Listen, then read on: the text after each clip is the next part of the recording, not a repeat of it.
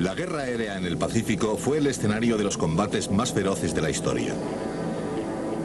Se necesitaban buques para cubrir las vastas extensiones oceánicas, y estos se convirtieron en el objetivo atacado con mayor frecuencia.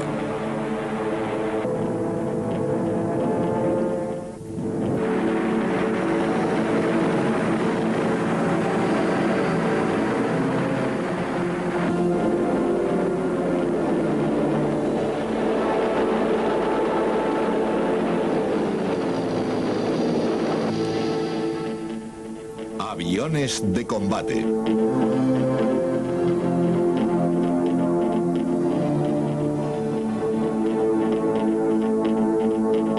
Segunda Guerra Mundial. Guerra aérea en el Pacífico.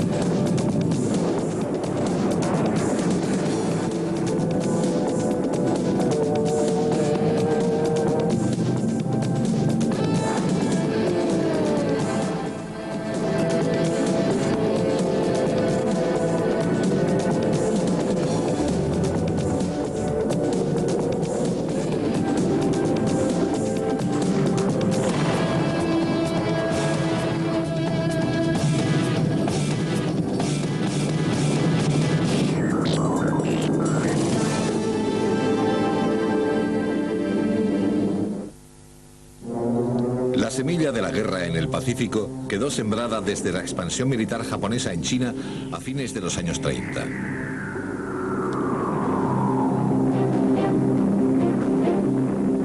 Como la Legión Cóndor alemana durante la Guerra Civil Española, las fuerzas japonesas también obtuvieron una gran experiencia en el empleo del poder aéreo como arma de terror.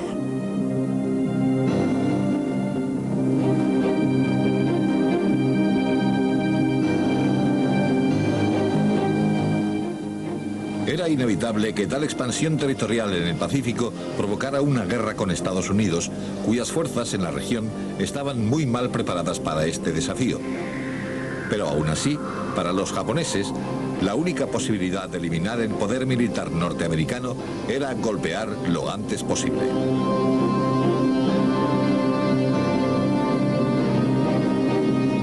Mientras los diplomáticos japoneses y estadounidenses se entrevistaban en Washington para intentar evitar la guerra, una enorme fuerza expedicionaria naval japonesa, que incluía 6 portaaviones de ataque, zarpó rumbo a la base de la US Navy en Pearl Harbor, Hawái.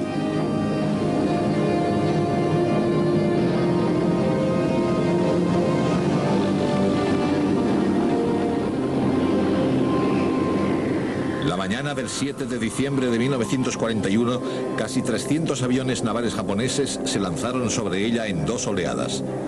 Unas 2/3 partes de esta fuerza estaba formada por bombarderos en picado Val y torpederos Kate. Los Zero eran la escolta de caza.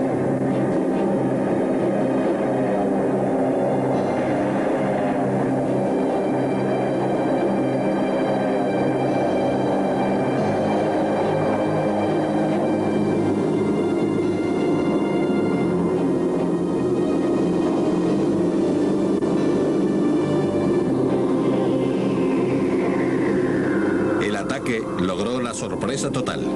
Casi 200 aviones norteamericanos fueron destruidos en tierra o en el aire. Los pilotos japoneses esperaban encontrar los portaaviones de la US Navy, pero estos no se encontraban en puerto y en su lugar atacaron los acorazados, anclados cerca de la isla Ford.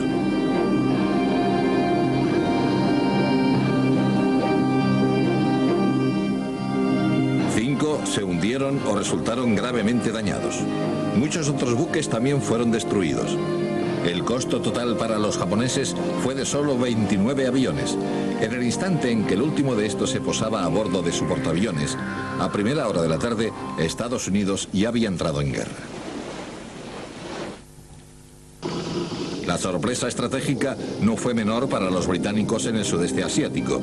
La península de Malasia y la base naval de Singapur eran las únicas defendidas por fuerzas testimoniales.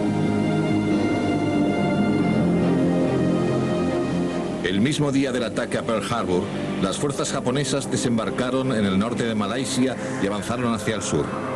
La oposición de la caza de la RAF fue rápidamente aplastada. Desprovistas de una protección adecuada, las defensas de Singapur fueron eliminadas por los bombarderos antes de un masivo ataque terrestre.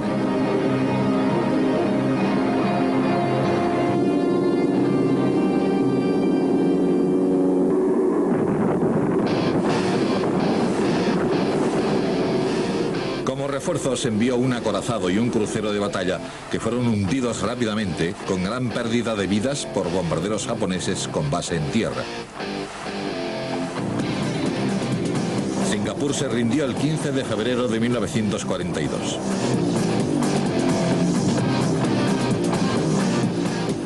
Pero el avance japonés no se detuvo. Igualando la velocidad y ferocidad de la Blitzkrieg alemana en Europa, continuó avanzando por el Pacífico. Tras caer Singapur, Japón atacó las Indias Orientales holandesas. Encabezó el ataque un asalto paracaidista. Unos 100.000 soldados desembarcaron en las islas de Sumatra y Java y otra vez aplastaron rápidamente la oposición aliada.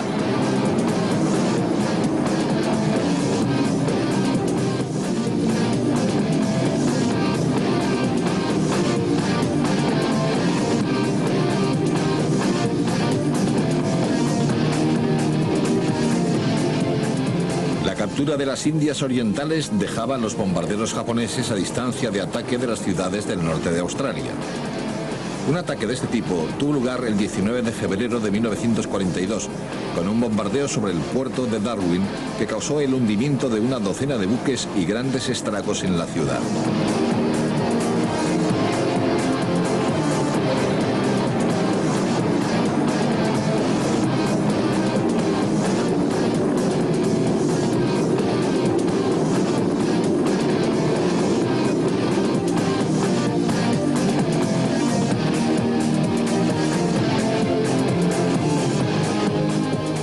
Hacia el este tuvo lugar un asalto paralelo contra las fuerzas norteamericanas en Filipinas. Los bombarderos japoneses atacaron el archipiélago desde bases en la isla de Formosa.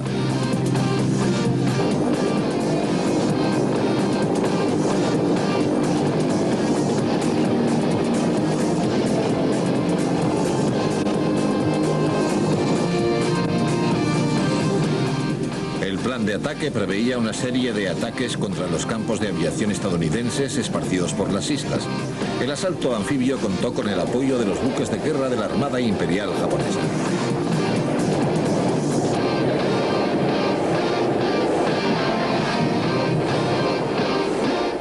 Cuando los norteamericanos se retiraron hacia la península de Batán, el general MacArthur intentó salvar Manila de daños y víctimas innecesarios, declarándola ciudad abierta.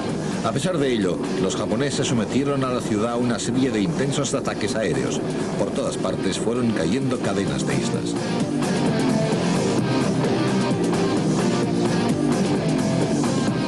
En cuestión de meses, los aliados habían perdido prácticamente todas las islas entre el continente asiático y Australia a manos de los japoneses. El costo humano y material fue enorme. Un solo factor salvó la estrategia norteamericana en el Pacífico: la supervivencia de sus portaaviones. Y tuvo que ser un portaaviones el que llevara el primer rayo de esperanza para los aliados tras 4 meses de incesantes derrotas y desastres. Dirigida por el teniente coronel James Doolittle, la operación era nada menos que el bombardeo aéreo sobre Tokio realizado por 16 bombarderos B-25 Mitchell de la US Army Air Force.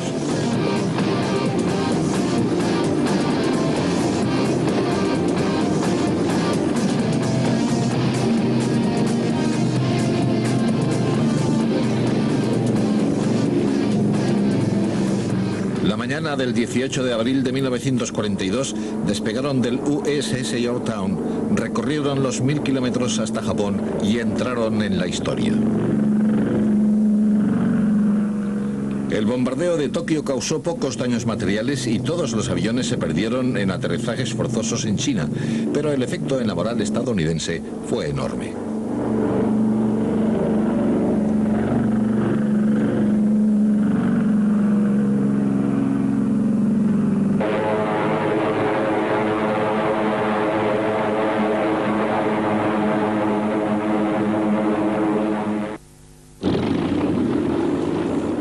pequeña fuerza de aviadores mercenarios norteamericanos dirigidos por el mayor Claire Chennault, que pilotaban cazas P-40 Warhawk, conocidos como los tigres voladores, combatieron a los japoneses en China y Birmania. Lucharon con todo en su contra para defender la capital birmana, Rangún, y lograron retrasar el avance japonés en la región.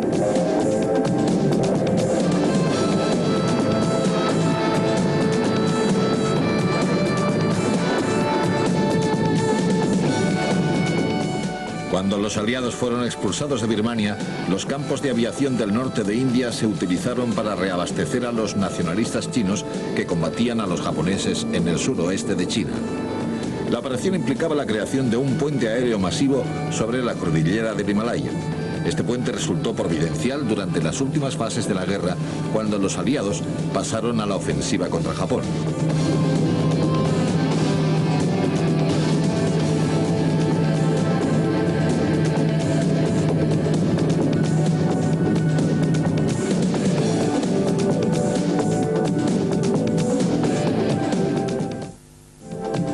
Siguiendo su avance por el sur hasta Australia, las fuerzas japonesas iniciaron una campaña para capturar Port Moresby, en Nueva Guinea.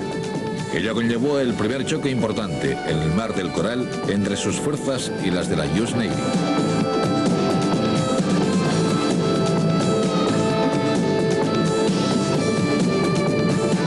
La fuerza expedicionaria de Estados Unidos, desplazada a la región, fue enviada para frustrar este objetivo. Esta fuerza incluía los portaaviones Lexington y Yorktown, con una dotación aérea conjunta de 100 torpederos y bombarderos Devastator y Dauntless y de 40 cazas Vulcan.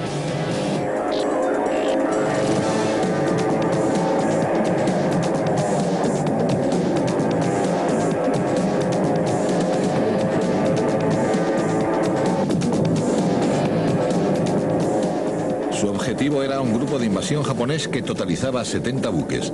El elemento aéreo incluía 140 bombarderos y cazas embarcados en 3 portaaviones, apoyados por 120 bombarderos desde Rabaul. Desde bases en tierra o en portaaviones, las patrullas de ambas facciones volaron la noche del 5 al 6 de mayo, pero ninguna de las flotas fue detectada durante muchas horas. Cuando fueron localizadas a la mañana siguiente, los norteamericanos fueron los primeros en golpear.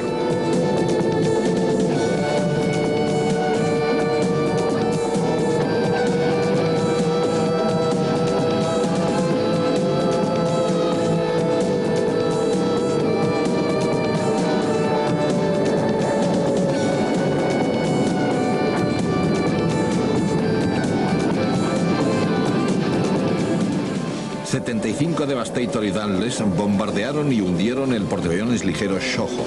Tras este ataque, el capitán de corbeta Robert Dixon radió al Lexington su famosa frase: "Hemos rasguñado un portaaviones".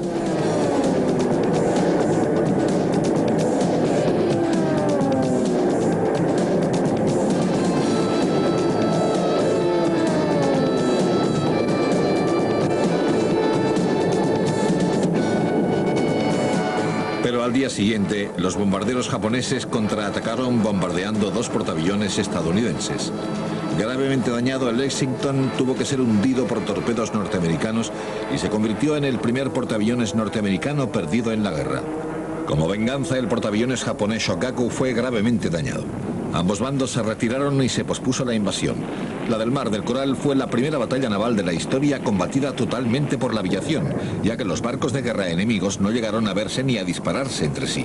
A pesar de las pérdidas, fue considerada como una victoria norteamericana. El plan estratégico japonés en el Pacífico era crear un perímetro defensivo exterior, cuya clave era la base norteamericana de Midway.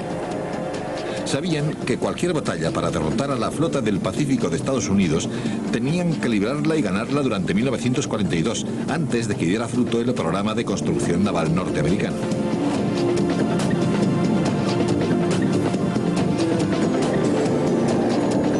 Las fuerzas navales estadounidenses eran numéricamente muy inferiores. Para el asalto a Midway, el comandante en jefe japonés, el almirante Yamamoto, reunió una enorme fuerza naval formada por 8 portaaviones, 11 acorazados y 100 navíos más. Los primeros ataques de bombarderos norteamericanos con base en Midway infligieron pocos daños. Para evitar nuevos ataques, los japoneses realizaron una serie de bombardeos en un intento de destruir la pista de aterrizaje y los nidos de ametralladoras.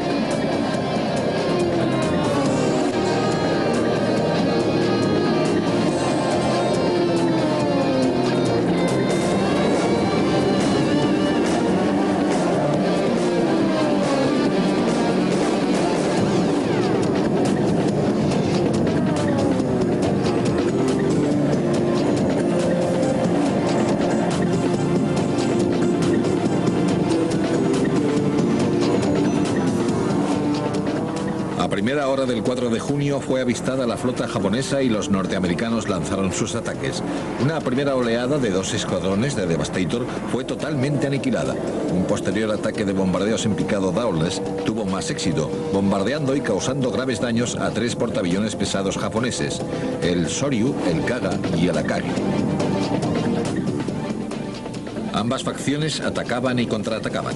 Ambas perdieron un portaaviones, los estadounidenses el Yorktown y los japoneses el Hiryu.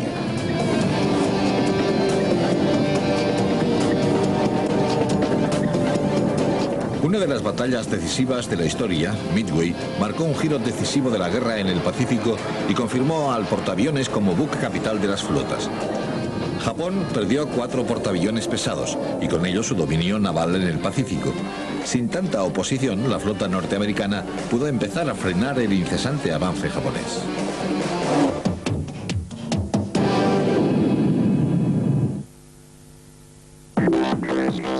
Midway dio a los estadounidenses la posibilidad de tomar la iniciativa, aunque fuera por poco tiempo, antes de que los japoneses reorganizaran sus flotas.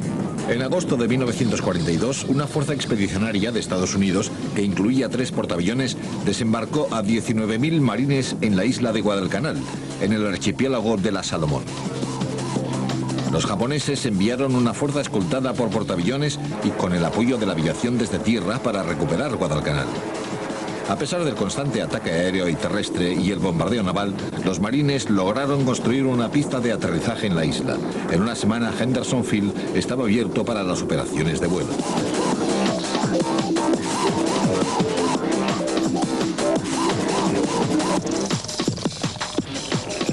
Durante un combate entre portaaviones al este de la Salomón, el Enterprise resultó gravemente dañado, aunque siguió en acción. Los japoneses perdieron un portaaviones ligero, el Ryōkyō. A finales de octubre tuvo lugar otro enfrentamiento importante, la batalla de las Islas Santa Cruz. En ella, el Enterprise volvió a ser dañado y el Hornet hundido.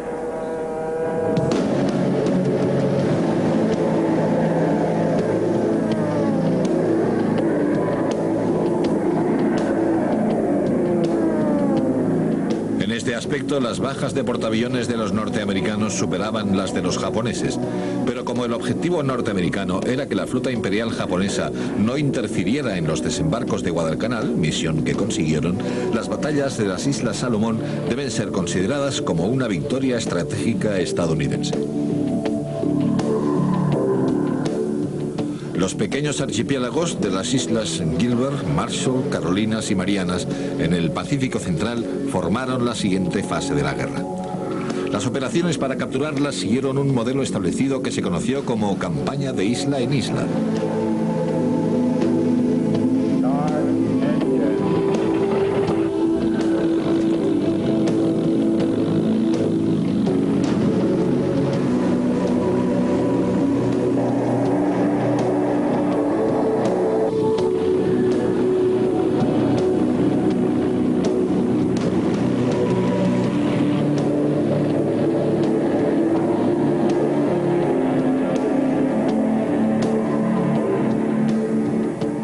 Cuando se tomaba una isla, sus campos de aviación se convertían en bases clave para realizar nuevas operaciones hacia otra isla.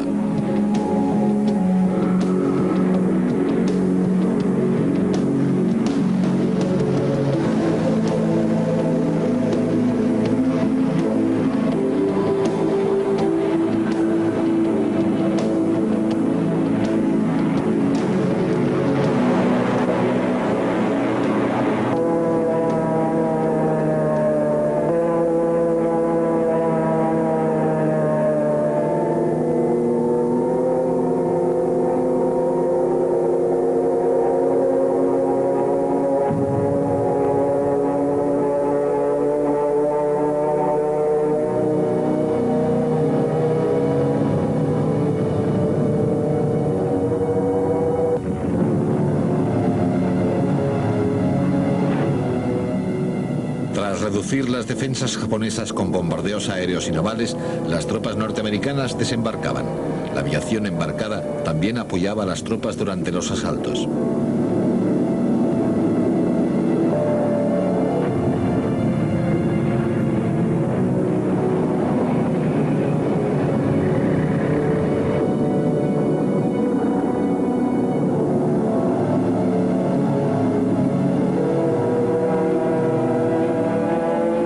Los combates terrestres para recuperar estas islas fueron muy encarnizados. Las bien atrincheradas tropas japonesas se defendían con feroz tenacidad. Las bajas en ambas partes fueron enormes.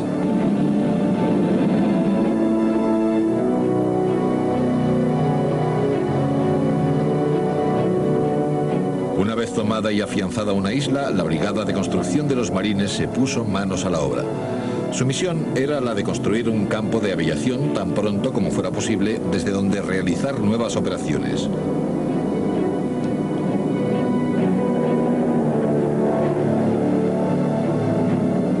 Desde estos campos de aviación, los bombarderos pesados y medianos de la Army Air Force hostigaban a los transportes marítimos y los campos de aviación japoneses.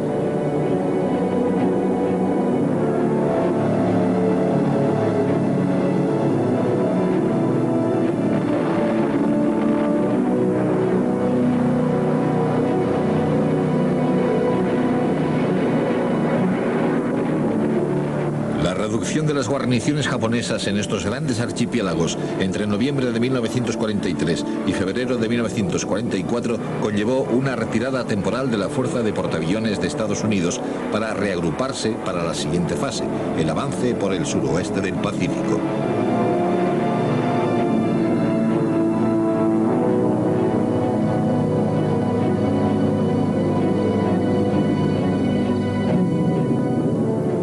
Los pilotos con bases en tierra tenían la seguridad relativa de una larga pista de aterrizaje.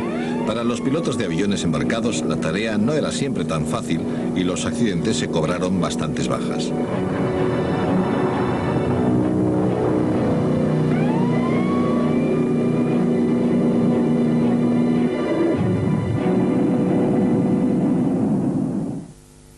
Tras las primeras fuertes pérdidas, ambas partes trabajaron duro para reequipar sus flotas de portaaviones.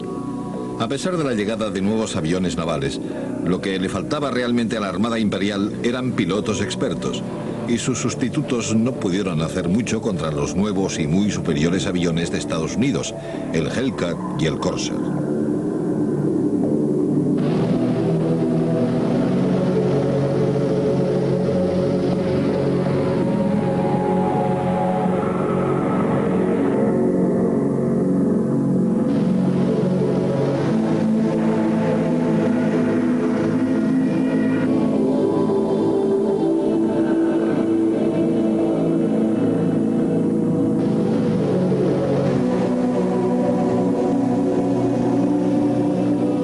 Las acciones de Estados Unidos se reanudaron en junio de 1944 con sendos ataques de portaaviones contra Saipán y Tinian.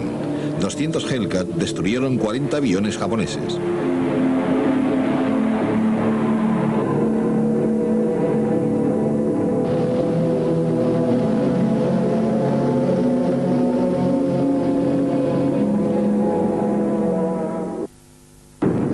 Con el apoyo de un masivo bombardeo naval y de los aviones de los portaaviones norteamericanos, 20.000 marines desembarcaron en Saipán el 15 de junio de 1944.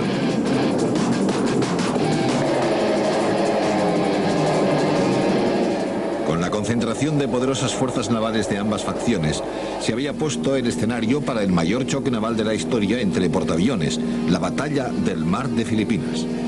Para derrotar a los 9 portaaviones japoneses, la quinta flota de la US Navy reunió 15 portaaviones.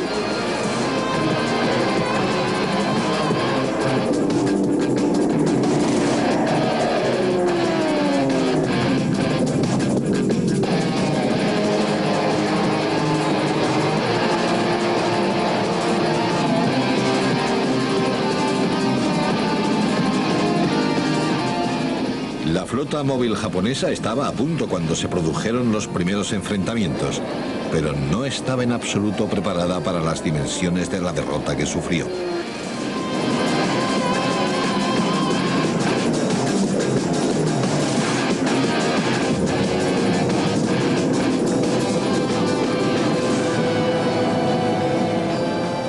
Poco después que los aviones de exploración detectaran ambas flotas, cada una lanzó una serie de potentes ataques aéreos contra los portaaviones contrarios. Los japoneses atacaban continuamente, con un total de 4 oleadas, pero avisados de su llegada por el radar, los cazas norteamericanos Hellcat y Corsair los esperaban y derribaron a 216 de los asaltantes.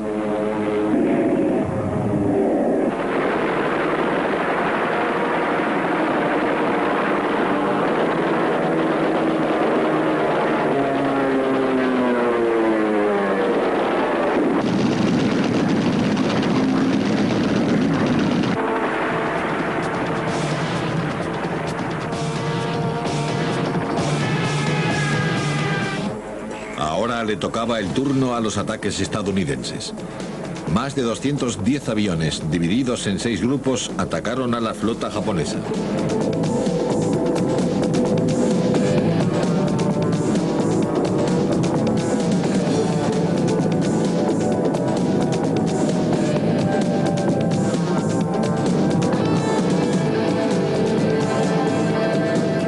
Cuando terminó la batalla, las dimensiones de la derrota japonesa eran evidentes.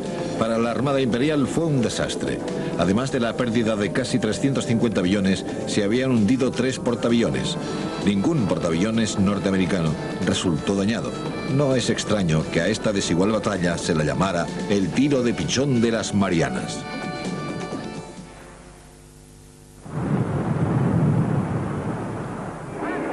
Las fuerzas norteamericanas lograron la captura de Saipán a mediados de agosto de 1944, lo que les proporcionó una base importante para la campaña de bombardeo contra el propio Japón.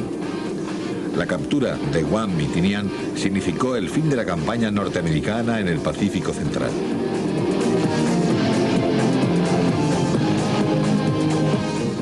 Tras su retirada de Filipinas, el general MacArthur había jurado que volvería. El primer paso de la ofensiva para recuperar Filipinas empezó con el asalto a Leyte. A principios de noviembre de 1944, 7 divisiones estadounidenses combatían en la isla. Para evitar que el poder aéreo japonés interfiriera en las operaciones norteamericanas en Leyte, se llevaron a cabo ataques aéreos preventivos contra una base aérea en Formosa.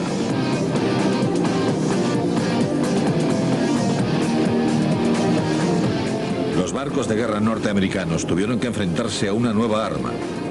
Desde Kyushu, la isla más al sur del Japón, se lanzaron los primeros ataques kamikaze o bombarderos suicidas. Según el código samurái del Bushido, no hay honor mayor que el sacrificio de la propia vida en defensa de la patria.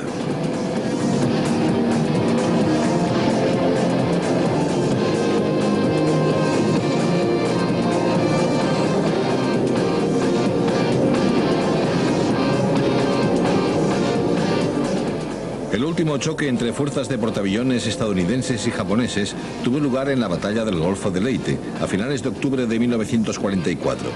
La Armada Imperial japonesa sufrió una derrota decisiva, perdiendo 4 portaaviones y 3 acorazados, comparada con las pérdidas norteamericanas de 3 portaaviones y 2 destructores.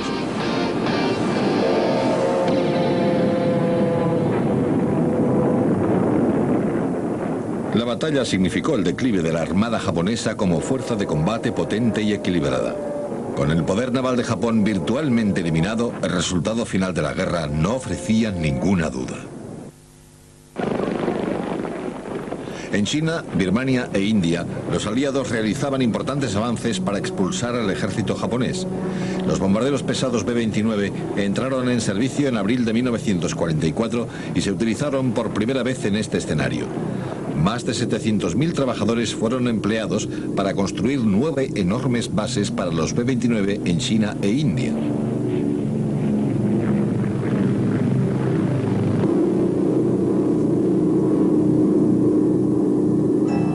En junio, el primer ataque de los B-29 destruyó objetivos japoneses en Bangkok, Tailandia, y Rangún, Birmania. Por esa época, la presencia de la Royal Air Force en la región había aumentado hasta 60 escuadrones. El resto de fuerzas aliadas sumaba un total de 90. La moral creció entre los soldados aliados al ver cada vez más claro que los soldados japoneses no eran ni mucho menos invencibles.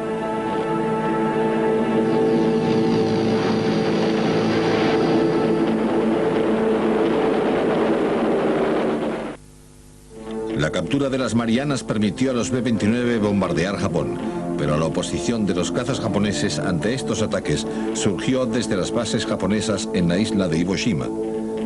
Su captura terminó con este escenario y sirvió de base aérea vital.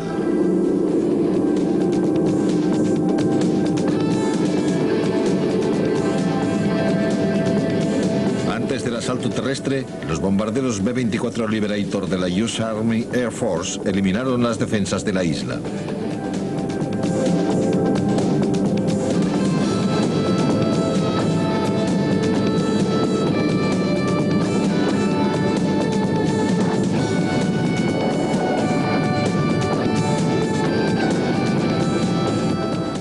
Respaldados por un bombardeo naval masivo y los aviones del Enterprise y el Saratoga, 40.000 marines desembarcaron.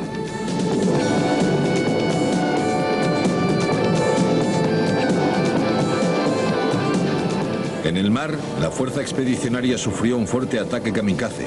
Perdió un portaaviones de escolta, el Bismarck Shea, y el Saratoga resultó dañado.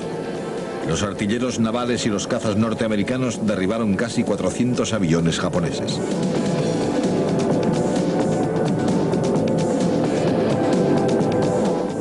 Las tropas japonesas estaban muy bien atrincheradas y tenían la orden de luchar hasta el último hombre. La batalla terrestre para capturar Iwo Jima fue una de las más sangrientas de toda la guerra. Finalmente, los marines vencieron e izaron la bandera de Estados Unidos en el monte Surabashi el 23 de febrero de 1945.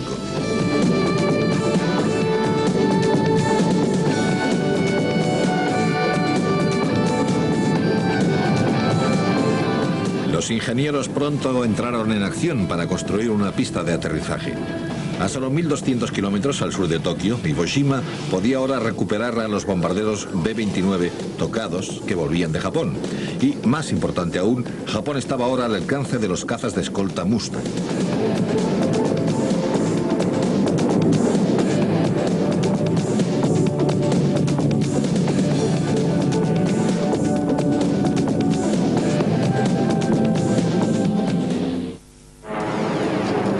En marzo de 1945, las fuerzas estadounidenses se acercaban a las islas del Japón.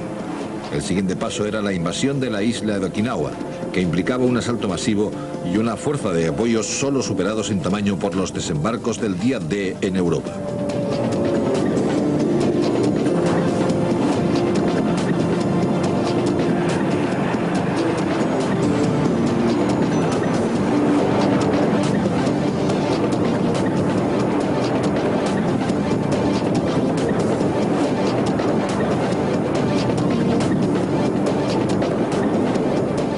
Las fuerzas navales norteamericanas no habían sufrido graves pérdidas en la campaña de Iwo Jima, pero los japoneses iban a reaccionar con mayor fuerza y ferocidad en Okinawa. Precedido de un bombardeo naval de una semana de duración, el asalto terrestre empezó el día 1 de abril.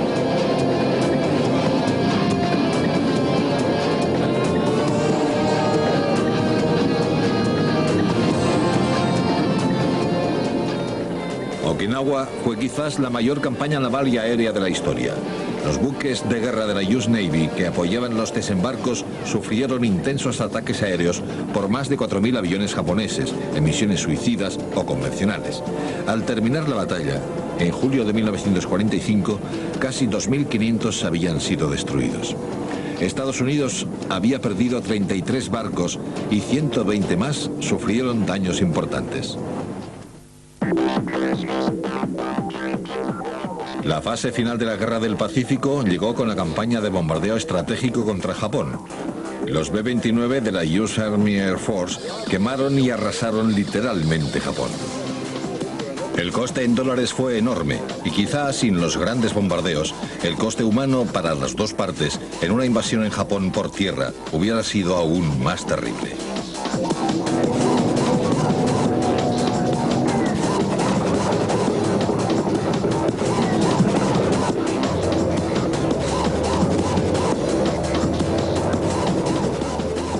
altura de las Marianas, junto a un enorme esfuerzo de ingeniería, hicieron posible la construcción de 5 grandes bases aéreas capaces de albergar cada una 180 Superfortress. Desde Guam, Tinian y Saipán, los B-29 empezaron a atacar Japón en junio de 1944.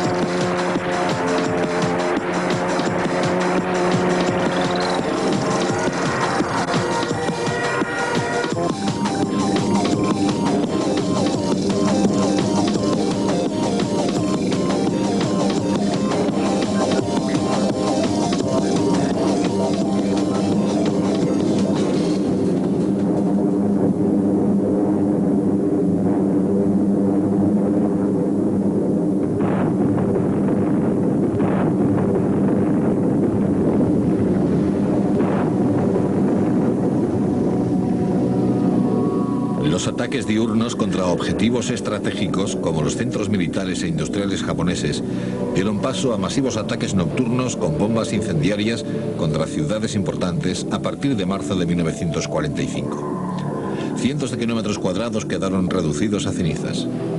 En estos ataques incendiarios perdieron la vida más de 500.000 civiles japoneses y otros 13 millones perdieron sus hogares.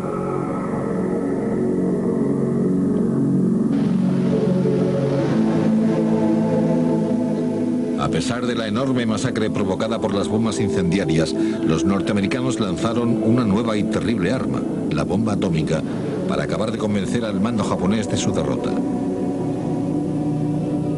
Sendas bombas atómicas lanzadas sobre Hiroshima y Nagasaki en agosto de 1945 conllevaron el fin de la guerra en el Pacífico y con él el fin de la Segunda Guerra Mundial, el conflicto más destructivo de la historia de la humanidad.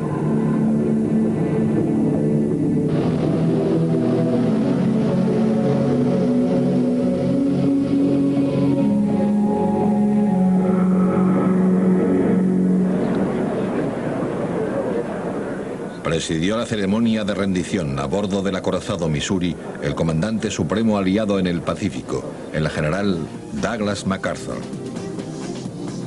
Es mi más fervoroso deseo, y también el deseo de toda la humanidad, que tras esta solemne ocasión surja un mundo mejor de la sangre y la muerte del pasado.